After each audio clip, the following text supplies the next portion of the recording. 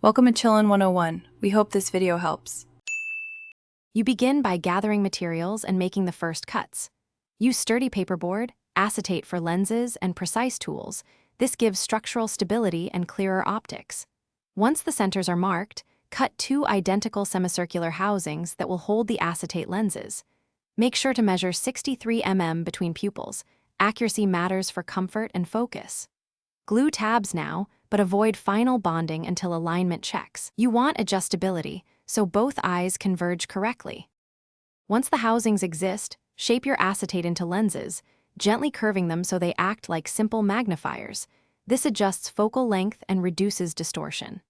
Next, assemble the layered paperboard body to create depth for internal components and to position lenses at the right distance from your eyes. Make sure to add foam pads where the headset contacts skin and cut channels for any cables or straps.